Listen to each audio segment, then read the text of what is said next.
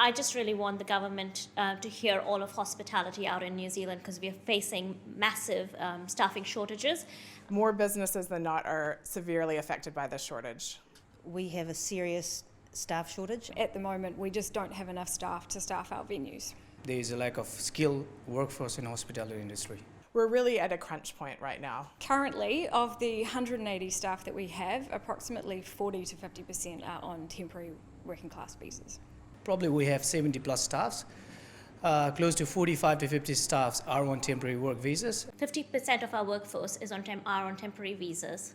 Currently within the sector, we employ around 15% of migrants. Prior to COVID, it was sitting between 25 and 30%.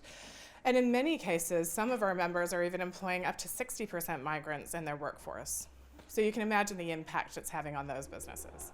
These people are vital to our businesses. Chefs, baristas, restaurant managers, bartenders, assistant restaurant managers, sous chefs, everyone. They are mainly in chef positions and front of house positions. So if we lose someone key like our tandoor chef, if he doesn't get his visa extended or get residence, that will be a skill that we will not be able to work without, and we will have to shut the restaurant down. We need to get our message heard. I see restaurants as being microeconomies. We support suppliers who also in turn support the producers. And if a restaurant shuts down, it actually has far-reaching repercussions economically to everyone in the community. At the moment, we just don't have a stopgap. People have more pressure on them. We have staff that are working long hours. Currently I'm working about 80 hours minimum a week, sometimes 100 hours easily. They're burning out. There's burnout, I can already see it amongst our team.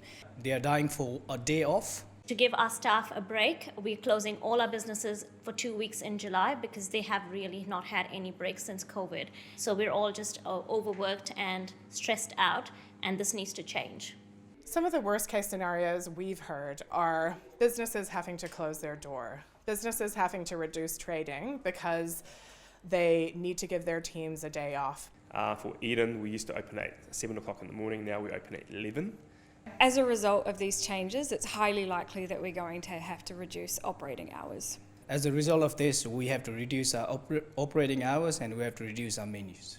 So serious, in fact, that we are at the point now where we're having to close our doors. If they don't turn into residences or they don't get extended, we will actually have to shut our businesses down or reduce operating hours because we cannot function without those key people. So what we need is for the temporary work visas that our staff are on at the moment to be extended.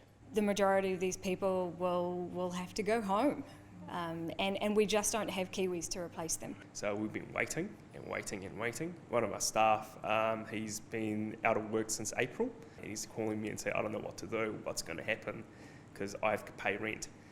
We're proposing that government extends the visas of those people already working for us to help us through this difficult time. We've had already a lot of people leave who are on working holiday visas, who've repatriated back to their countries because their visas were not extended or they haven't had no certainty of these visas being extended post-June. Right now, I'm praying that Immigration New Zealand approve their visas and we get their visas ASAP. Our businesses have started their journey to recovery since COVID. However, the skills shortage is really putting a stop to that recovery process. The rent's going up and everything's going up, and because of the hours that we open are reduced, we sometimes make it a little bit harder to pay our bills at the moment. Currently, people are paying $25.50 an hour for these visas. The government's proposing to put that up to $27. We want to pause on that until we complete our COVID recovery. This is going to affect our revenue at a time that we're already struggling post-COVID. Another thing we're asking for is an extension to the hours that student visa holders are currently eligible to do. Majority of them are due to expire. The scale of the problem is huge. We're at crisis point in our industry. We need help.